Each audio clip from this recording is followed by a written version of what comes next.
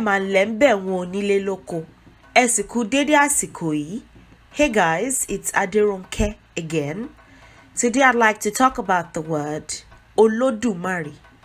Olodumare. What it means in Yoruba, what it infers to begin with, what it really means when you break the word down, how it is used, and so on and so forth as I see fit. So for many people around the world, Yoruba or not, the first introduction that they had to the word Olodumare was through the musical group, you could say the percussionist group, Olodum in Brazil. So for many people, the first time they saw the word, let's say off of the word, was when Michael Jackson was wearing a t-shirt of it in the "They Don't Really Care About Us" video.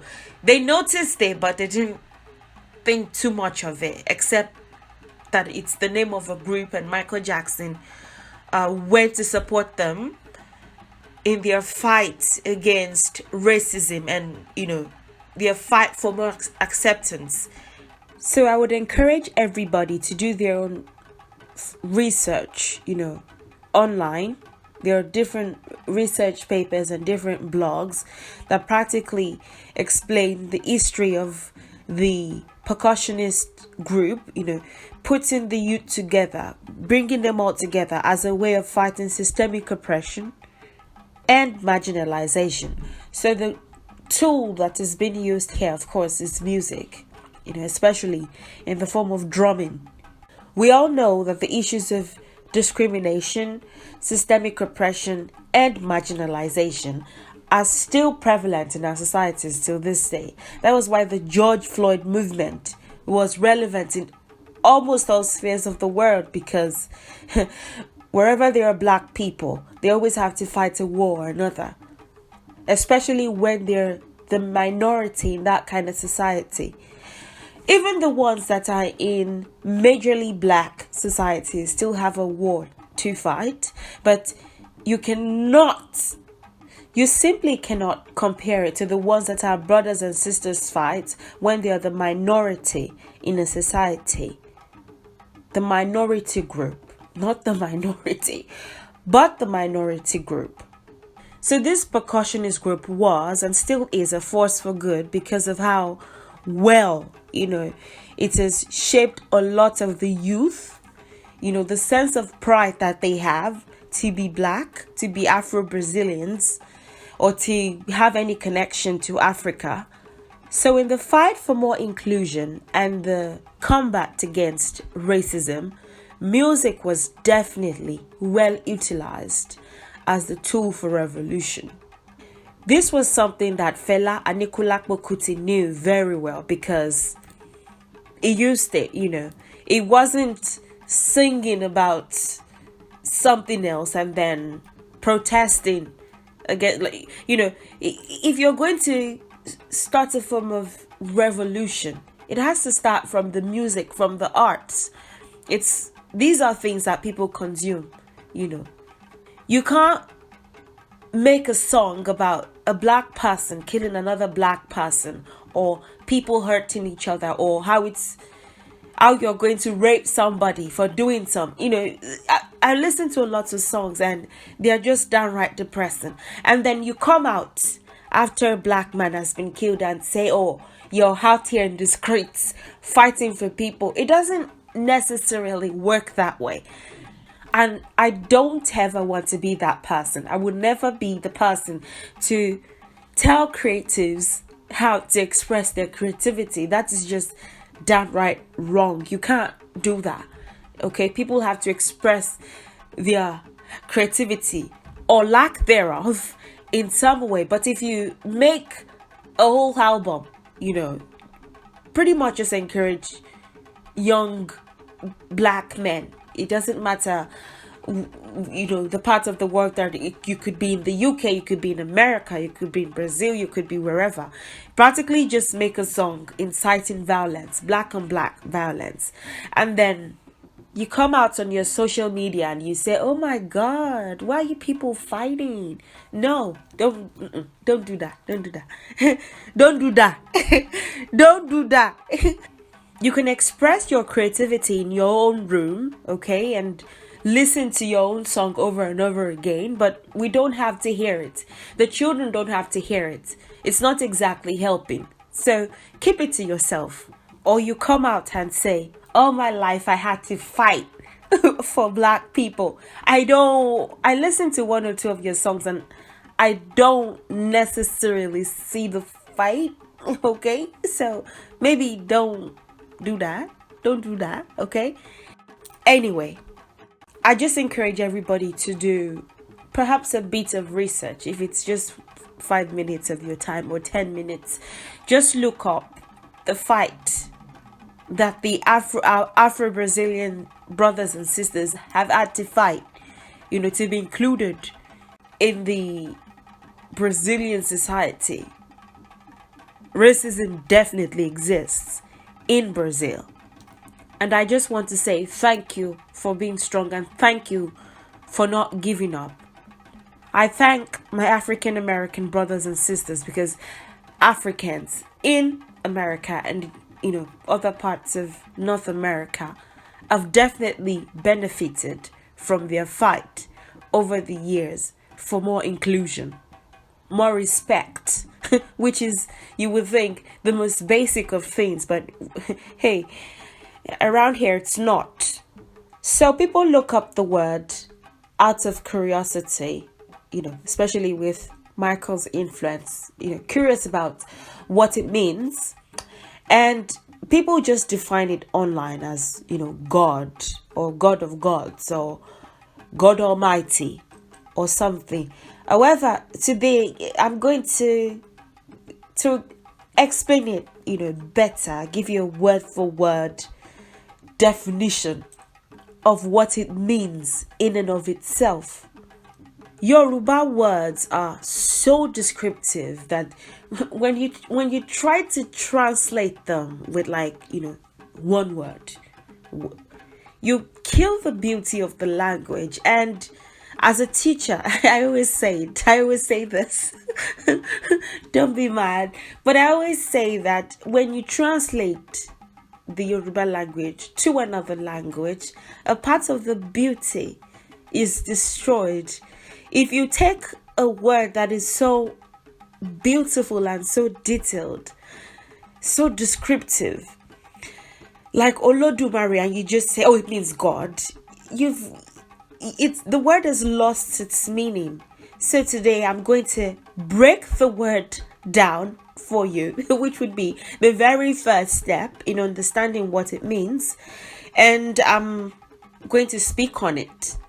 Before I continue, please note that Eledumare and Olodumare are the same. You may have seen Eledumare as opposed to Olodumare, but they mean the same thing, the exact same thing. As a matter of fact, Olo and Ele, there is the standard Yoruba that almost everyone can speak, and there are dialects that are particular to certain regions.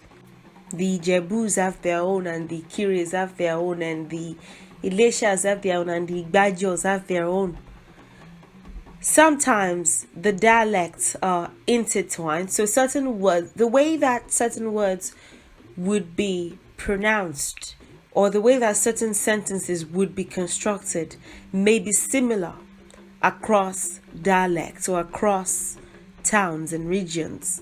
In the standard Yoruba, if you want to say "no problem," I guess that's the closest way to translate. It's not necessarily a transliteration, but it's a translation. If you want to say, "Oh, no problem," you could say "koburu."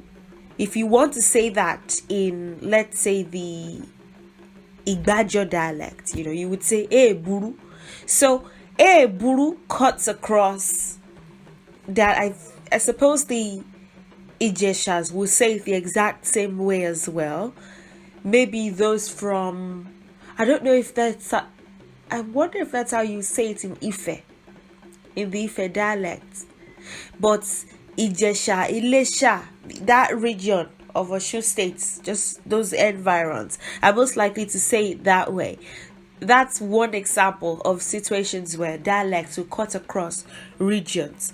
I'll talk about dialects in a separate video because dialects are definitely not everybody can even speak every dialect. Usually you just know how to speak yours and that's it. So don't even sweat it. The way that I've broken the words down here, I just sort of chopped them up. I did not necessarily separate them by the words that make up the one word. If I was to separate them by the words that make up the one word, it would look like this.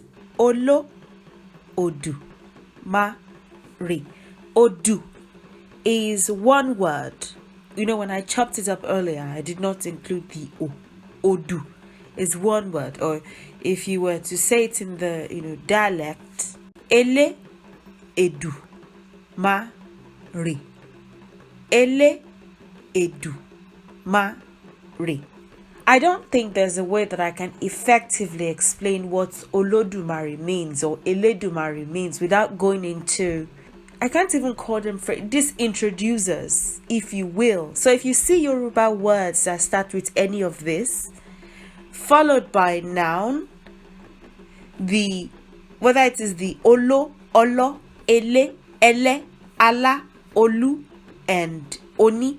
The dialect of Oni is Eni. You hear that in, let's say, Oyo. Perhaps Oyo, or actually, let's just be specific. Let's say Iseyin. Oniwara, Onishu, they will say Eniwara, Enishu, Enigari. So Eni is the dialect for Oni in certain areas. I just put Eni in brackets so that you would notice it. Whenever you see a Yoruba word that starts with any of this, Olo, Olo, Ele, Ele, Ala, Olu, or Oni, these words, although you don't necessarily use them separately, except like Olu, which can be a standalone word, they introduce someone or something who possesses, they own, or someone or something who has the quality of whatever the noun is. That's just in general. I'll give you examples, so don't worry. But whenever you see any of this combined with a noun, making one word, it would be, whatever the word is, would be someone or something who has the quality of the noun, someone or something who is a member of whatever the noun is, someone who sells, let's say someone who sells corn, If you say, okay, I'll get to it. Excuse me, sorry. Someone who monitors or is in charge of whatever the noun is. So let me give you examples because I don't think this is going to make any sense except I give you practical examples. Olo, let's take Olo for example. I've chosen each one of the introducers and sort of place it in such a way that you can easily tell which one would apply to which. Oko is farm. When you combine Olo with Oko, you get Oloko, which is farmer. So the Olo there is just introducing someone who owns. Let's say it was Oyi, Oloyi, So it would be whatever it is. It could be a thing or a person, but you're saying the person has the quality of Oni. The person is sweet. I'll go into it separately because that would be too much for you to learn in one video. But disregard the tone mark amongst the list. O, E, A, I, U in Olo, Olo, Ele, Ele, Ala, Oni, Olu. O, E, A, I, U. Disregard the tone mark. Disregard the tone marks, whether they are disregard them. Whatever the noun is, the first letter of the noun, disregard the tone mark on. You have to consider the those are separate letters, right? But the tone marks are the ones, the do re mi at the top. Disregard them. Just be conscious of the first letter of the noun. Oko is the noun, we know that oko is farm. We want to say farmer. We want to sort of say that someone or something owns or, has the quality of, oko is farm. Oloko would be farmer. E, a, I, u, the last letter of the olo, goes with oyi, it goes with oko, it goes with odo, olodo. Yemaja olodo awoyo yemaja. Yemaja olodo awoyo yemaja. Odo, olodo. Someone who is in charge of, someone who has the quality of, if you go back to the previous slide, I said in general, when you start with any of this and you put a noun right after, it introduces someone or something who has, possesses, or owns, whatever the case may be, or has the quality of whatever thing comes next, whatever the noun is. Someone who has the quality, or someone who is a member of, in the case of elegbe, egbe, I'll get to it. Someone who this is probably one of the most important cheat codes that you need. Someone who sells eja, eleja, someone who monitors. So when you say yemaja olodo awoyo yemaja, olodo, the one who stays in, has the quality of, you could even say owns, is in charge of the odo, the river, the body of water. So that's an example of the o. Then or in omo, forget whatever tone mark is on the first letter of the noun, forget it. O is what you should be. And amongst the list, o in olo, ele, ala, oni, o is in olo. So you would say olomo. Omo is child. You would say olomo because o in olo and o in omo go together. So olomo. Olomo is someone who has a child.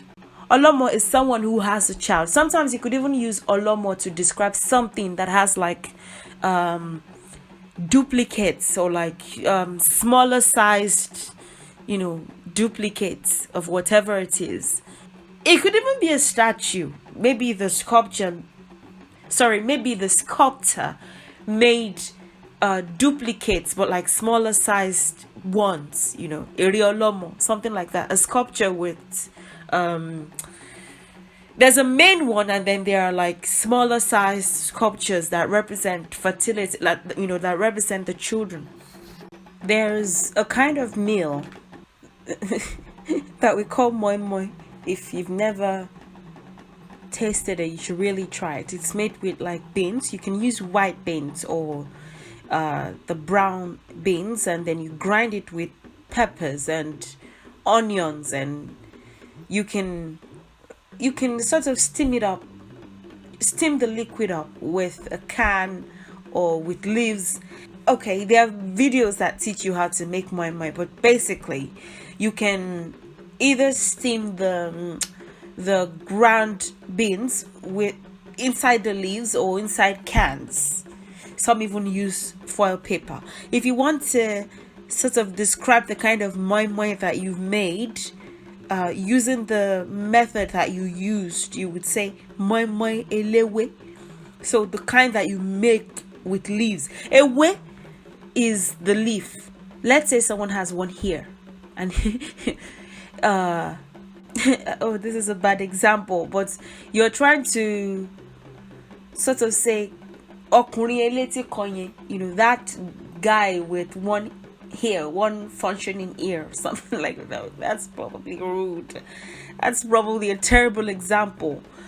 But anyway, eleti kan, eti, e would be, the ele would fit perfectly because e, a, b, d, a, right? E, eti, ewe, ejo.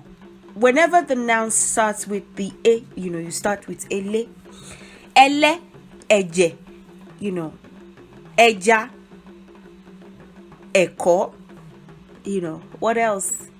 Ewa, Ele would be what you would use. Eleje would be bloody. For example, eje is blood. So eleje would be bloody. If you're describing a person, no, you can't. I don't think so. Well, yeah.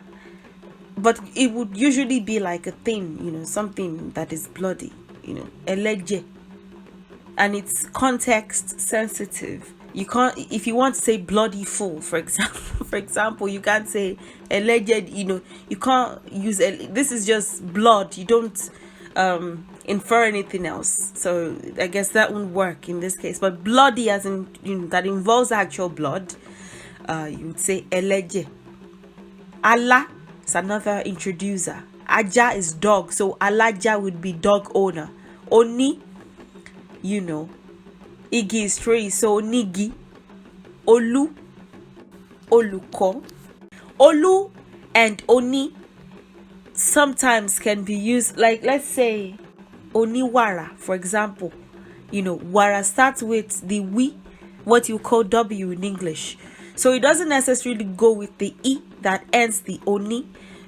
So Olu and Oni are the two that, sort of work differently, that you can use irrespective of the first letter of the word that you're conjoining them with. But you still have to be careful. I will explain it better when I get to the respective video. For Oluko, you can either combine Oluko, you can either combine Olu and Eko to get Oluko, or you could say Olukoni, which is sort of like the fuller version. Olukoeni, someone who teaches another person. Olukoni, Oluko. Anyway, I just want you to see how this works. I'm pretty sure there's someone out there who is probably thinking, am I trying to learn what Olodumare is, or am I learning adjectives? I apologize. There's just no way for me to effectively teach you what it means without giving you some sort of background. Olodu is the first part of Olodumare. Olodu, the owner of a pot, or a pot owner, or someone who has a pot. You can't say someone has the quality of a pot, because it wouldn't necessarily apply. But in this case, you would know that. So that's someone who, like I said someone who may have something, or may have a quality of something.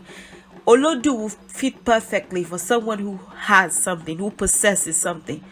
Olodu is owner of pots, or pot owner.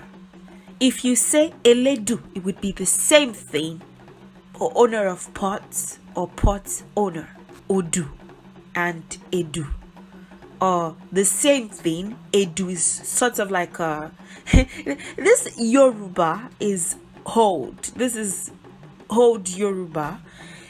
Even the way that we would say Olodumare now, if we were to say it, would be different. I'll get to that, but just know that Odu, Edu, these are sort of like old Yoruba words for describing cauldrons, or like large pots.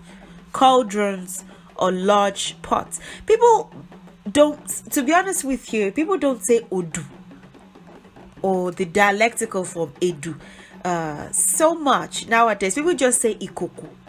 Ikoku is you could say it's a pot as well, or you could say Ishasu.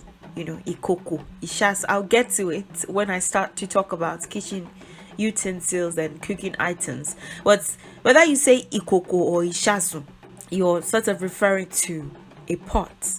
Now people just describe like really large pots, cauldron-sized pots, as ikokola, ikoko oniri, the one that you make with actual, like, not just the ones that you find. The ones that you find in modern kitchens are made with stainless steel.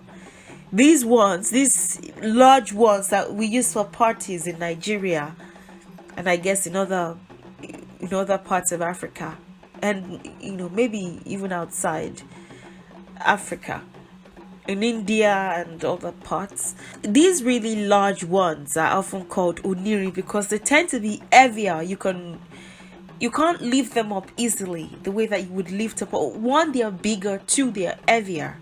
So people would call them ikoko onirin or ikoko nla, ishasun Just know that Odu is the is the really old, probably maybe 13th century, maybe actually don't know, because it's so hard to get like accurate you can't even trust your sources. People just write things, so even the internet I distrust many times, but Odu is the really old word for cauldron or large pots. Okay, let's move on. Let's not obsess about it. Now that we know what Odu and Olodu, or let's go to the next sort of section.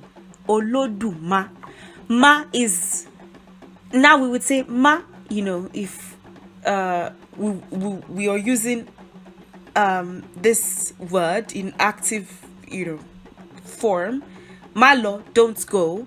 Mawa, don't come. Maje, don't eat it. Ma is sort of, it means not. Ma negates as well. Ma in some dialects could also be will. In what you would call the general, like Yoruba, it's negating. But if you hear some dialects, it's sort of like a will. It's used in a will context. Ma ki mole. Ma shepe fun. Ma bu dada, Dialectically, the ma there is sort of being used in the context of I will, I will bite him, I will slap him, I will kiss him. Ma fenu ko lenu, I will. So it's all dialect sensitive, but ma here in this context is being used to negate. I'm just the way that I try to give you comprehensive, like just in case you see it somewhere else, just so you're not thrown off. It's dialect sensitive. In some dialects, you could use it to you could use it as in a positive sense, in general Yoruba, especially like with this being old Yoruba as well. Ma is negating.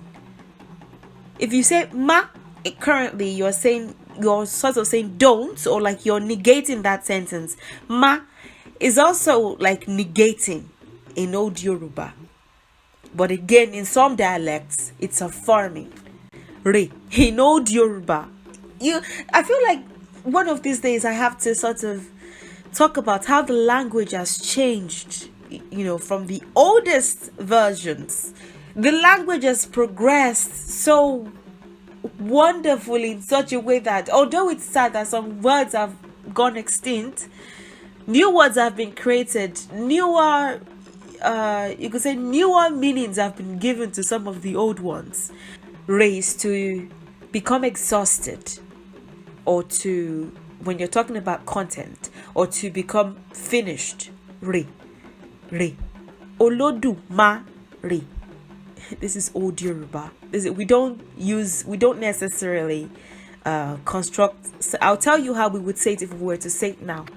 Re is to become.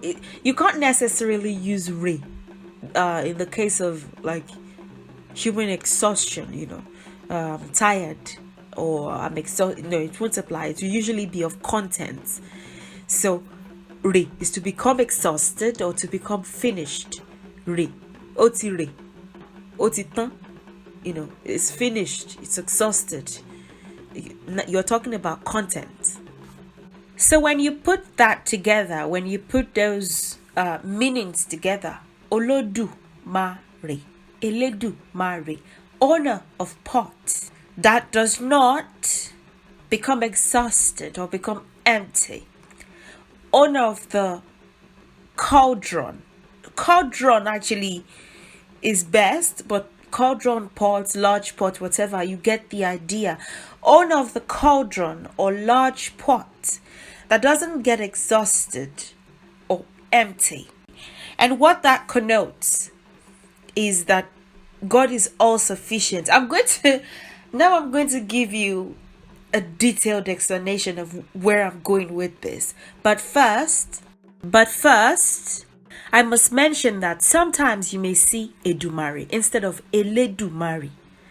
You may see Edumare instead of Eledumare. Don't worry, it's still sort of referring to the same thing, but in that case, God will sort of be the cauldron. The essence of God will be the cauldron, the cauldron that never gets empty. So that's like an essence of God being like a constant supplier of. Okay, I'll get to it. But whenever you see Edumare, it's still the same thing. It's just that in that case, the pot itself will be personified as opposed to just saying the owner of the pot. The pot itself will be personified as, ever giving, never empty. I said earlier that if we were to say it now, in the current century, we would sort of say it differently. Olodumare. This is old Yoruba. If we were to say it currently with the way that we speak and we use words more commonly, we would say Olodu ti o kin re.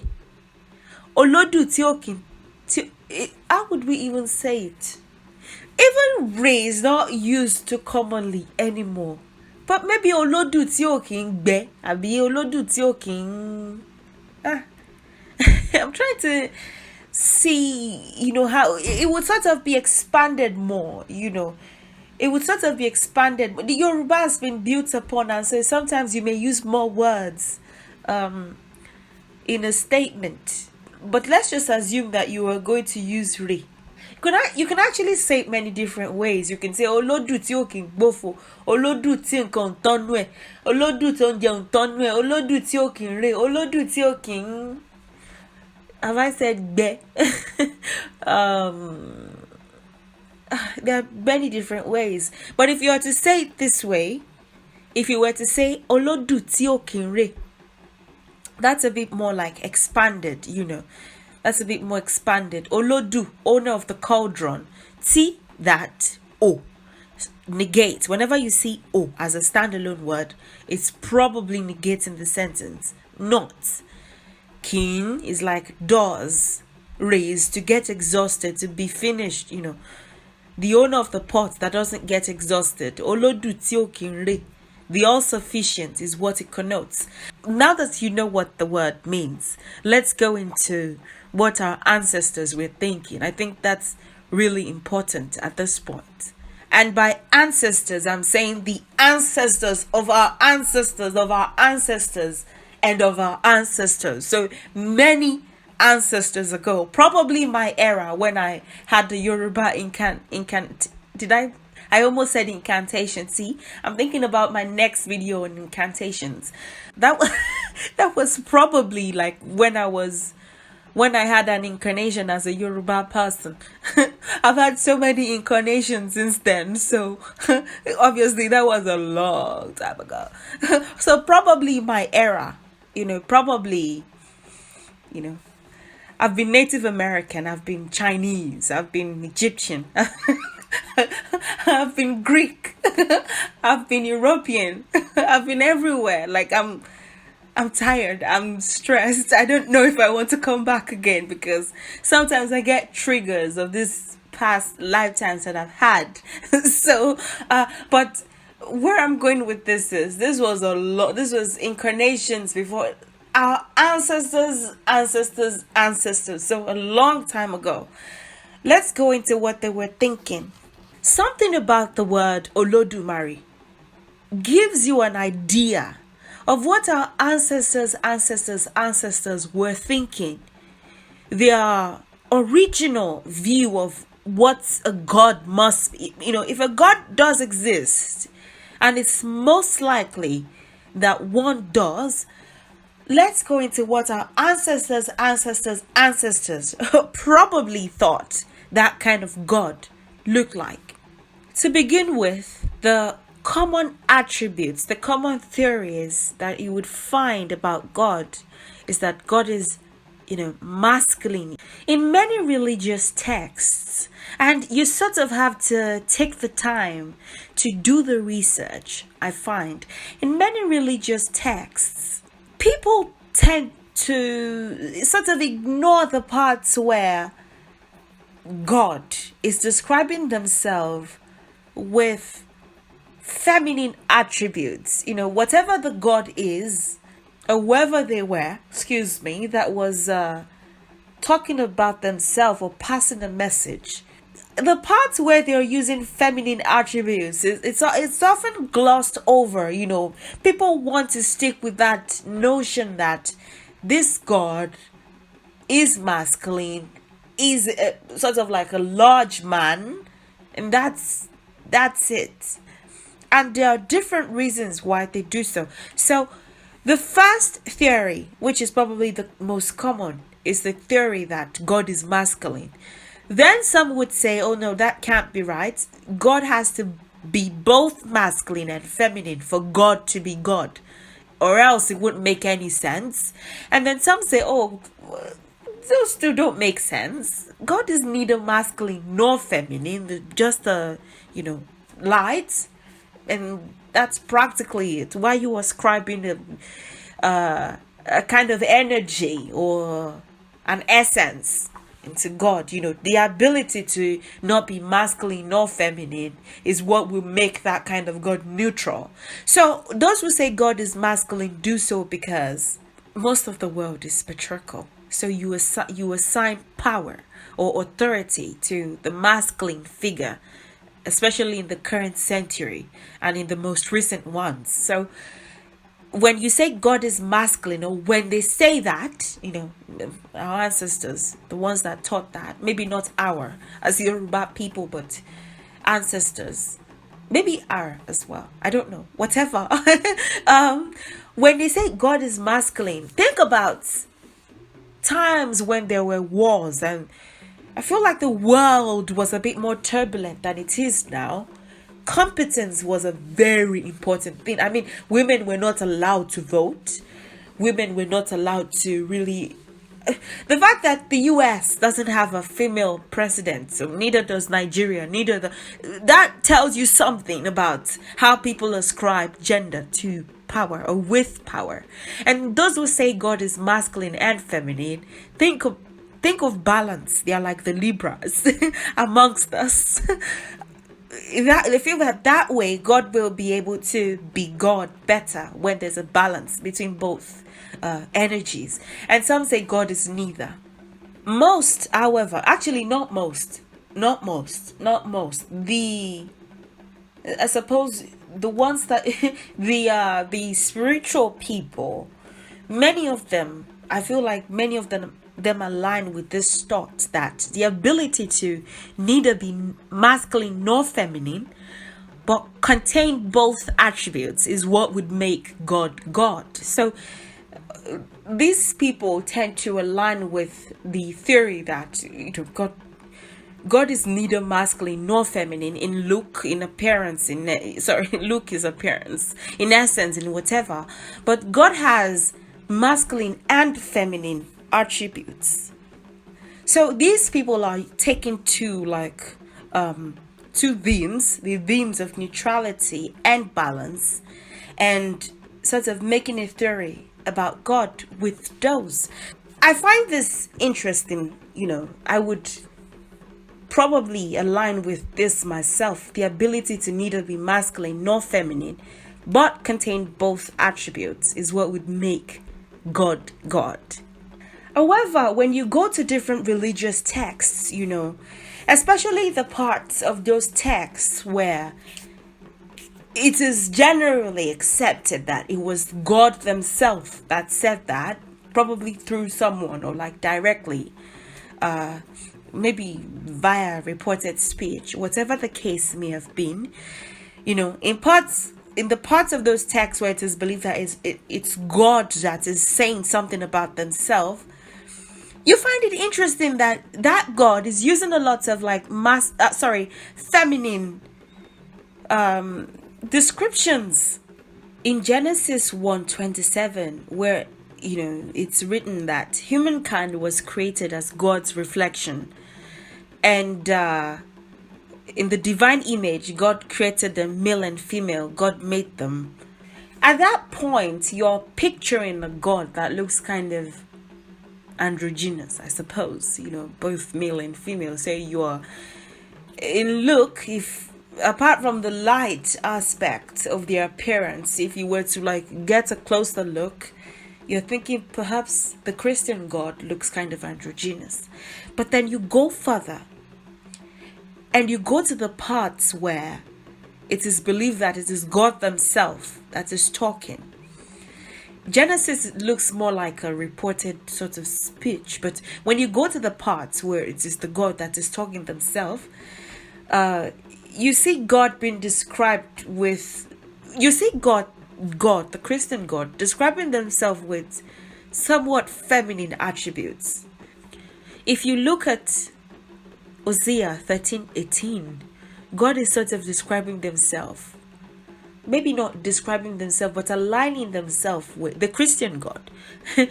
Because each belief system sort of has their own view of what their God must be like. So I don't want to offend anybody by saying the general God. Like a bear robbed of her cubs, I will attack them and tear them asunder. So God is sort of aligning with the mother bear. That's, you would think, a feminine attribute, a protective God. Remember that I said protection, security, competence. These are things that would not, in our world today, generally be ascribed to women willingly, but it appears that that's the case here. Deuteronomy 32:11-12, like the eagle that stirs up its nest and hovers over its young, God spreads wings to catch you and carries you on pinions. Hovers over its young. You could argue that that's not necessarily either masculine nor feminine. But when you go further, Deuteronomy 32:18, you were mindful of the rock that bore you. You forgot the God who gave you birth. You forgot the God who gave you birth. Deuteronomy 32:18, a God who gives birth. That's somewhat feminine. I don't know. Are Christians seeing this? Do they ever have discussions about this at all? And then you go further into Isaiah 66:13. As a mother comforts her child, I will comfort you, so shall you be comforted in Jerusalem. As a mother comforts her child, I will comfort you. A mother, a woman, what's going on here? And then you go further, you explore a little bit more. Isaiah 42:14. For a long time I have held my peace. This is God who is believed to be talking here. For a long time, I think via the prophet Isaiah, but it's believed that Isaiah was given the message sort of like word for word how God was giving it, or like paraphrasing exactly how God made the sentence. So I suppose you could say this is the Christian God talking about themselves. Isaiah 42:14. For a long time I've held my peace, I've kept myself still and restrained myself. Now I will cry out like a woman in labor. I will gasp and pant. A God who gives birth, and then a God in labor. And then you go further. I don't want to make this a Bible study, but I'm just saying, try to do a bit of research, because you find it interesting that even the major religions, for lack of a better word, the major religions, when you go to the parts where it's God themselves that is describing themselves in those texts, you see a lot of that God using feminine attributes to describe themselves. There is what you could call a very obvious, bias for the children of Israel. So I think that's the deity for the children. If Shango was leading the Yoruba people, or Ogun, out of slavery, the way that the children of Israel were led out of slavery from Egypt, as it is written in the Bible, you would know that Shango is the Yoruba people's deity and would, I suppose, treat us with more preference over any I don't know what I'm talking about, but with the ability to take cities from people and sort of destroy this, and with that Christian God's instruction really shows that that's just the God of the Israelites. You can't really call that the general God of everybody. Sometimes you see like the love and hate relationship between those children of Israel and the Christian God, but despite it all, that God stuck with them because that's their deity, so anyway, the general God must be a bit better than that. Won't say, oh, take this people's piece of land and you can have it just because I want you to have it, or kill a set of people for some others. I don't really buy that that's the general God. Where am I going with this? Because I have to go somewhere with this, with the all of this lesson. The most essential part of anybody's existence, I suppose, is food. I mean, before you can fight a war, before you need a God Almighty, or before you need a God who secures or something, the very basic need, the very basic human need is food. So the Yoruba, our ancestors view of God, they pictured a God with a pot, one who provides a pot, who owns a pot that is never empty. So each time you go there and you dip your finger, you dip your hands into that pot, you would always find food. The food never runs out. It never does. It never runs out. Nigeria is so blessed. Is so blessed. Even till now, despite the what you could say, the harm that has been done to the earth and to the land with the illegal minings and the all kinds of ways in which people disrespect the sand, the earth, and the water, the land is still so good that without getting fertilizer, without doing any of the things that I find that I have to do in North America to make something as basic as a tomato plant grow, you can plant anything right on the side of your building where you live and it would grow. You can literally take the water from tomatoes and just pour the water rather with the seeds and stuff, or maybe scotch peppers, or what's the rodo, is it anabera peppers. You can literally just pour the water that you use in rinsing those seeds out.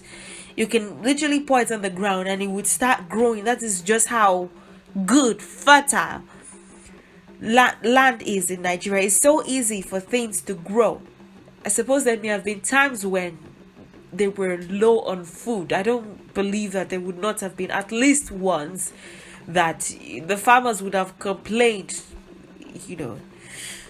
The original innocent view of what God must be like would be someone who owns a pot, in Olodumare or Eledumare, someone who owns a pot that never gets exhausted.